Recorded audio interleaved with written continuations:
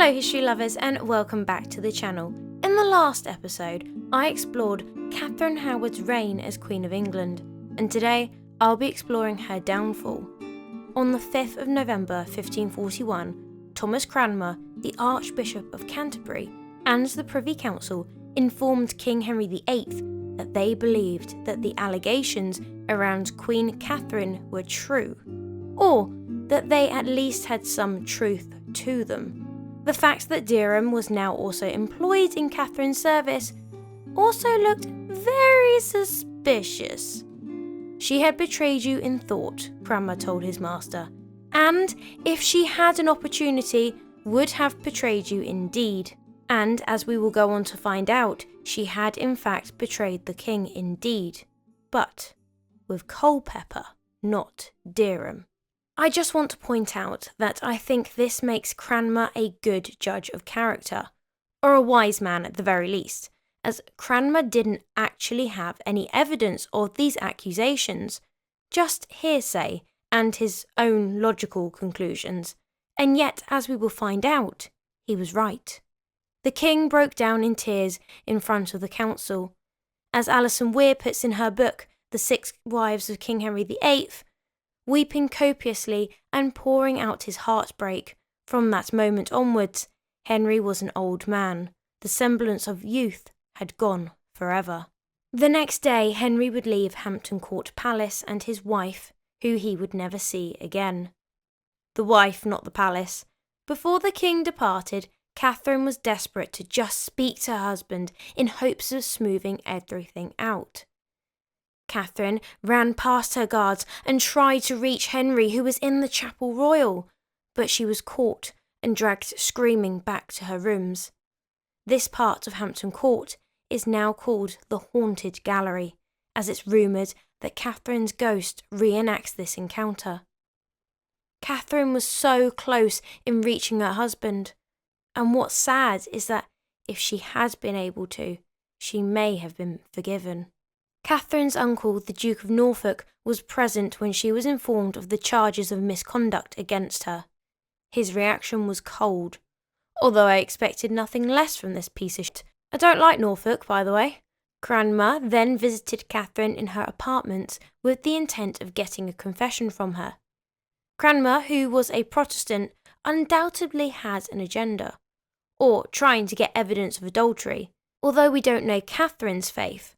Her family, the Howards, were traditionally Catholic, and her uncle, the Duke of Norfolk, made up part of the Catholic faction at court. So if Catherine was removed as queen, her replacement might and could be a Protestant. When he arrived, he found her in such lamentation and heaviness as I never saw no creature, so that it would have pitied any man's heart in the world to have looked upon. He didn't stay long, as the Queen was in such a state that a calm and rational conversation would not have been possible, to the point that she was still in a frenzy when he returned the next morning.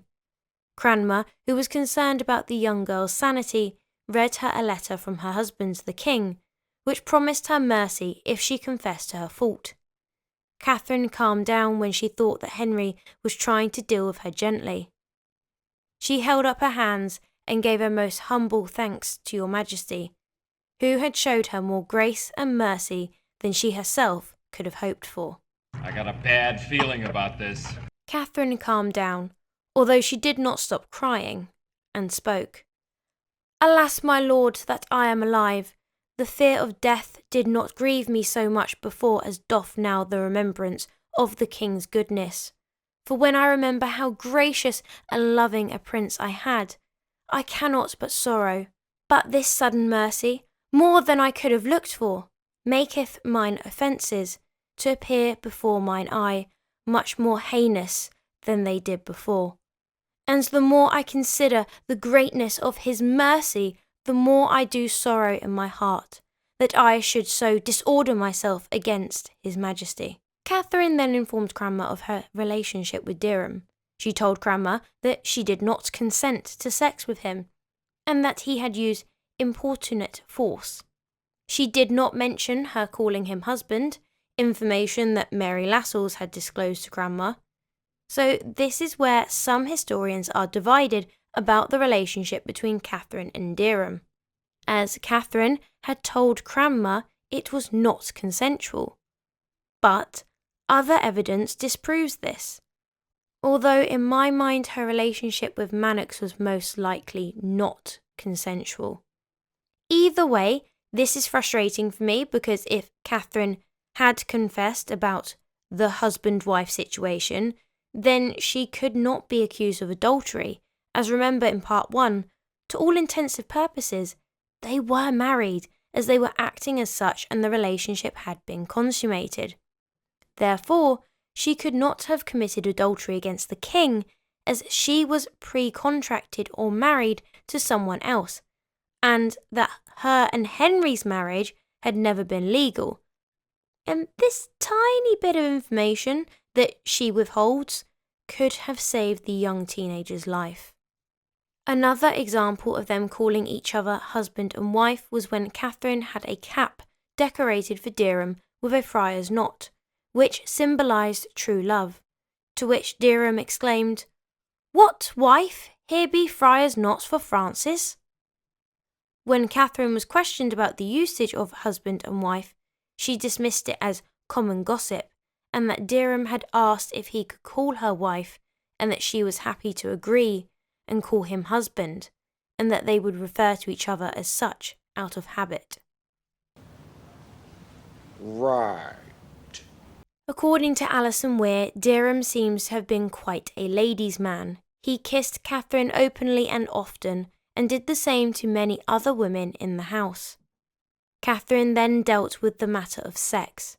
She did confess to Cranmer that on many occasions Derham hath lain with me, sometimes in his doublet and hose, and 2 or 3 times naked, but not so naked that he had nothing upon him, for he had always at least his doublet, and as I do think his hose also, but I mean naked when his hose was put down.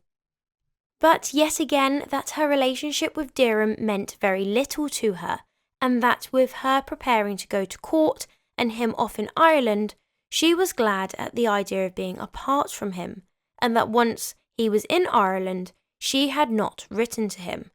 She went on to say that as far as she was aware, the last conversation they shared was about her cousin Thomas Culpeper, and how Derham had heard a rumour that she was going to marry him. Katheryn almost laughed this off, saying, "What should you trouble me thereabouts, for you know I will not have you, and if you heard such report, you know more than I." She had gone and done it now. Katheryn had mentioned Culpeper, who was now at court, and easily accessible. I shouldn't have said that. I should not have said that. I shouldn't have said that. Curiosity consumed Cranmer. Try saying that 10 times fast. He persuaded the council to order Culpeper's arrest, ready for questioning. On the 7th of November, Thomas Cranmer sent the Queen's written confession to the King, which included Katheryn's rape by Derham. Katheryn also wrote a plea letter herself, which she asked to be given to the King. "I, your Grace's most sorrowful subject and vile wretch in the world, not worthy to make any recommendations unto your Majesty, do only make my most humble submission and confession of my faults, and where no cause of mercy is given on my part, yet of your most accustomed mercy, extended to all other men undeserved, most humbly on my hands and knees do desire one particle thereof to be extended unto me, although of all other creatures most unworthy either to be called your wife or subject. My sorrow I can by no writing express, nevertheless, I trust your most benign nature will have some respect unto my youth, my ignorance, my frailness, my humble confession of my faults, and plain declaration of the same, referring me wholly unto your Grace's pity and mercy.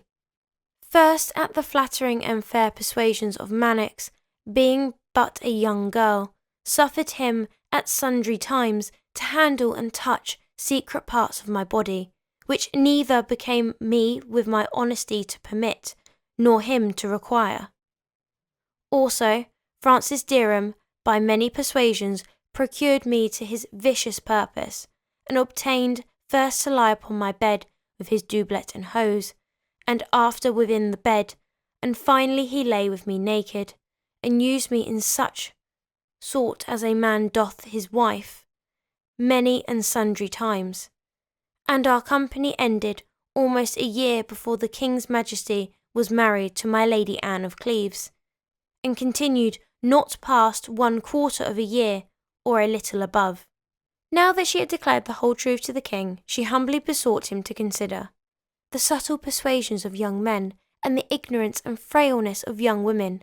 I was so desirous to be taken unto your grace's favour, and so blinded with the desire of worldly glory, that I could not, nor had grace, to consider how great a fault it was to conceal my former faults from your majesty. Considering that I intended ever during my life to be faithful and true unto your majesty after, nevertheless the sorrow of mine offences was ever before mine eyes, considering the infinite goodness of your majesty towards me from time to time ever increasing and not diminishing. Now I refer the judgment of all my offences with my life and death wholly unto your most benign and merciful grace, to be considered by no justice of your majesty's laws, but only by your infinite goodness, pity, compassion, and mercy, without the which I acknowledge myself worthy of extreme punishment. Surprisingly, Henry did read Katheryn's plea, which he believed. Cranmer then told him that he felt that the Queen had been pre-contracted to Derham, and that her marriage to the king was therefore invalid. Henry was joyous, as Katheryn had not been unfaithful to him, and an annulment was now on the cards. And with a new-found bounce in his step, the king returned to Hampton Court Palace, where he socialised with the ladies. As gay as ever I saw him, wrote Marillac. However, I got a bad feeling about this. Cranmer was not done with his questioning. He had not yet interrogated Derham or Culpeper, and, with factions in the court wanting a reconciliation between the king and Anne of Cleves, or a new queen entirely, Cranmer did not want the king to reconcile with Katheryn just yet, as he knew that if they saw each other, then that would be game over, as a reconciliation between Katheryn and the king would be inevitable. So he asked Henry to move Katheryn before he arrived at Hampton Court, which he agreed to. Although Cranmer need not to worry, as Henry was seeking an annulment due to the Queen's abominable behaviour. As such, Katheryn was informed on the 11th of November that she was to be moved from Hampton Court to Sion Abbey, its previous occupant being the King's niece, Margaret Douglas. She would be treated here still as a queen, even if she was under house arrest. Lady Rochford, Jane Boleyn, would not be in attendance of her queen. Instead, Jane would be sent to the Tower of London to await further questioning, as it was believed that she knew more than what she was letting on. Katheryn was then questioned again, but this time about Thomas Culpeper. She initially denied everything. The longer the questioning went on, and presumably the more tangled Katheryn's lying got with Cranmer's intelligence, denial soon became confessions. She told Cranmer that she had been forced into this relationship with Culpeper, and, as mentioned in part 2, if this truly was the Thomas Culpeper that committed those awful crimes, then it is possible that Katheryn was telling the truth. During her investigation, Katheryn was asked about her meetings with Culpeper during the summer progress, to which she blamed everything on Jane Boleyn for encouraging the two to meet. Whereas when Jane was interviewed on the 13th, she of course placed the blame on Katheryn. The cheek, the nerve, the gall, the audacity and the gumption. On the 13th of November, Katheryn made her final preparations to leave Hampton Court. She would not leave for Syon Abbey till the next day. Sir Thomas Wriothesley paid his respects and then openly declared certain offences she had done in front of her household, urging those with any additional information to come forward. The cheek, the nerve, the gall, the audacity and the gumption. Then those who were not to attend the Queen to Syon Abbey were discharged. Katheryn was to be accompanied by 6 ladies, all of whom were given sober-designed French hoods, gowns, and sleeves, etc., which were all absent of precious stones or pearls, something that the Queen herself would never be without. This was all done at Henry's request, and Katheryn was to leave all of her clothes, jewellery, and jewelled hoods at Hampton Court, which would be delivered back to the King by Sir Thomas Seymour. Katheryn then boarded the barge that was to take her to Syon Abbey.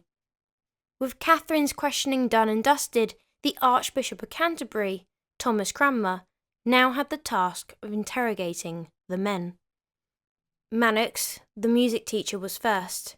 He admitted to having tried to seduce Katheryn, and how Agnes Tilney, the Dowager Duchess of Norfolk, had caught them during a bit of foreplay. Mannix went on to say that both he and Katheryn were beaten for this misconduct, and that the Dowager Duchess had commanded for them to never be alone together. Mannix then bitterly told Cranmer how Katheryn's affections had moved from him to Dereham, and that he said to Katheryn, "Let me perceive by some token that you love me." "What token shall I show you?" Katheryn had retorted.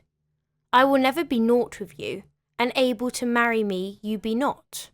Henry Mannix was then released. As far as the council were concerned, he had not committed a crime. Next was Catherine Tilney, one of Catherine Howard's chamberers. Tilney was interrogated by Wriothesley about the Queen's behaviour on the Northern Progress.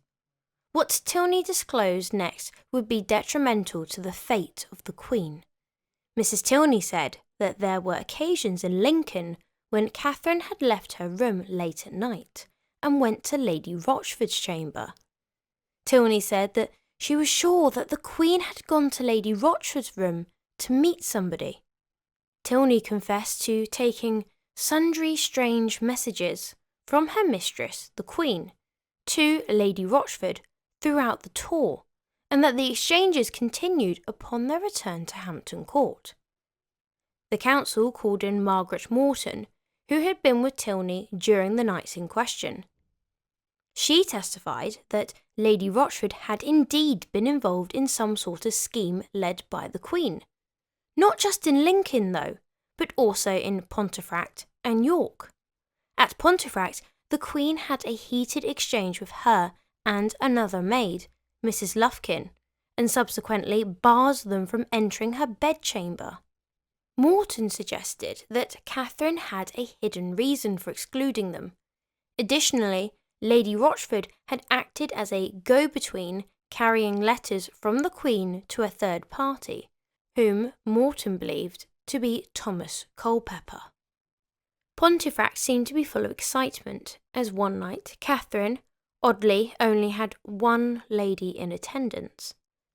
Lady Rochford, who, if that wasn't weird enough, bolted the chamber door.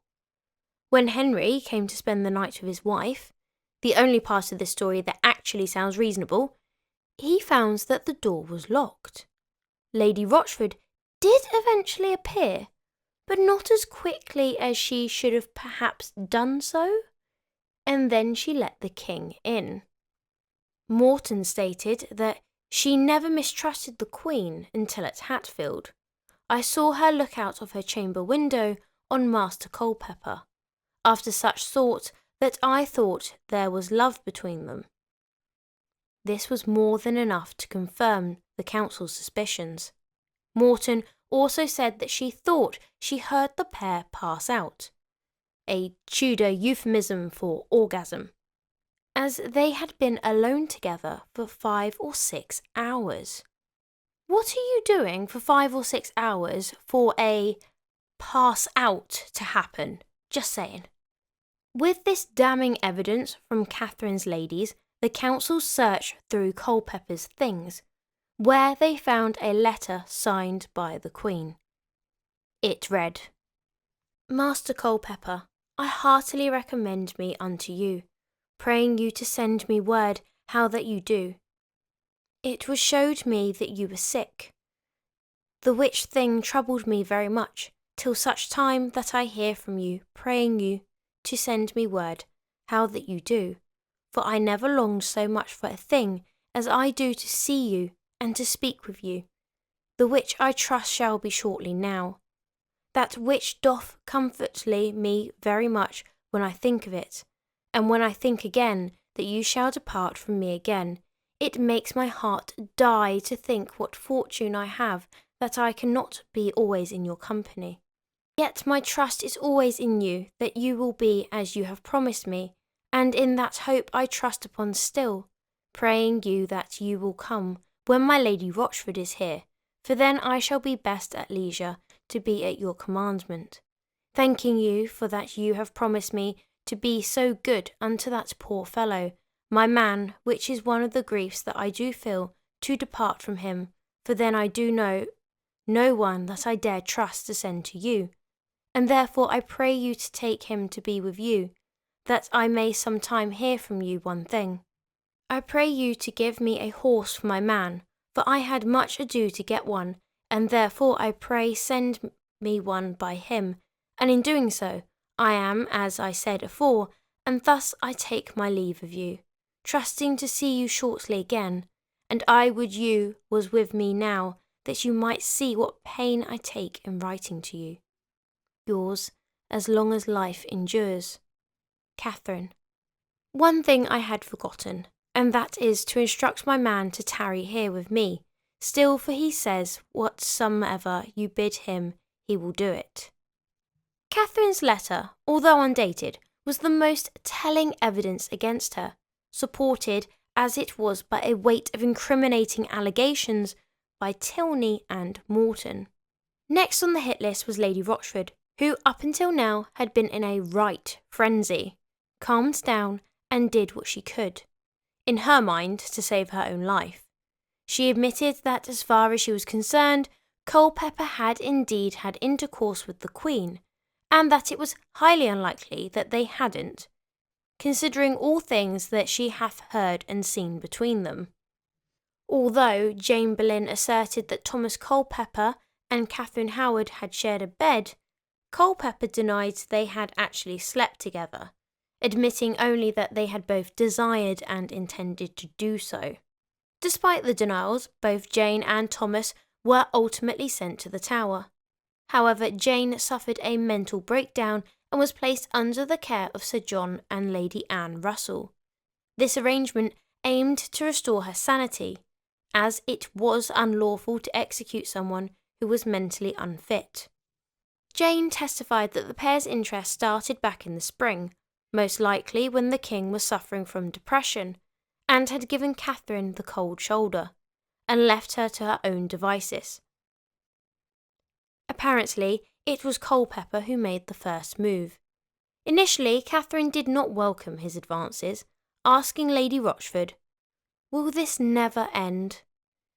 The Queen asked Lady Rochford, bid him desire no more to trouble me, or send to me. But Culpeper was persistent. Worn down, Katheryn eventually admitted him into her private chamber. One thing led to another, and they were soon meeting in Lady Rochford's rooms, with her standing guard in case the king came.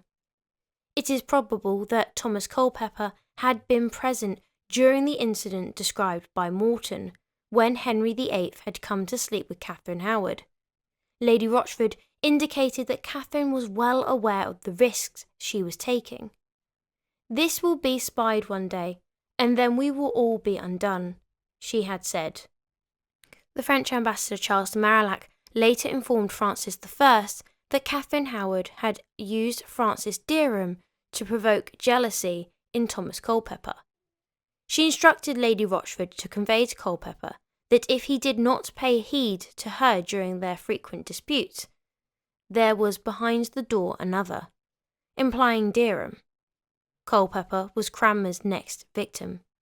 Thomas Culpeper confessed that he had fallen in love with Queen Katheryn several months earlier. Initially, she rebuffed his advances, but over time, her attitude towards him softened. Despite this initial resistance, Culpeper noted that it wasn't long before she became more receptive to his affection, languishing and dying of love for him, and would call him her little sweet fool. His account pretty much matched that of Lady Rochford's, in regards to the activities at Pontefract and Catherine's affections towards him. But what the council really wanted to know was, did Culpeper commit adultery with the Queen? He claims that although Lady Rochford had provoked him much to love the Queen, and he intended to do ill with her, and likewise the Queen so minded to do with him, he had not passed beyond words. Cranmer and Wriothesley visited Queen Katheryn at Sion to question her about her relationship with Thomas Culpeper. They assured her that she would be shown mercy if she made a full confession. Despite their promises, Katheryn denied any intimate involvement with Culpeper, likely hoping to protect herself and her lover, even though she was not telling the truth. The stress of the whole ordeal had taken its toll on Katheryn. He told the French ambassador Charles de Marillac that Katheryn was refusing to eat or drink anything, and that she did not stop crying like a madwoman, so that they must take away things by which she might hasten her death. The Dowager Duchess of Norfolk asked William Damport, a friend of Derham's, if he knew why Derham and Queen Katheryn had been arrested. He said that he had heard it was because of some gossip.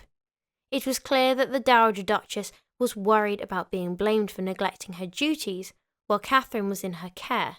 However, it was far too late to do anything now. Katheryn's uncle, the Duke of Norfolk, however, was trying to save his own skin by creating as much distance between him and his niece as possible, slandering her at every opportunity.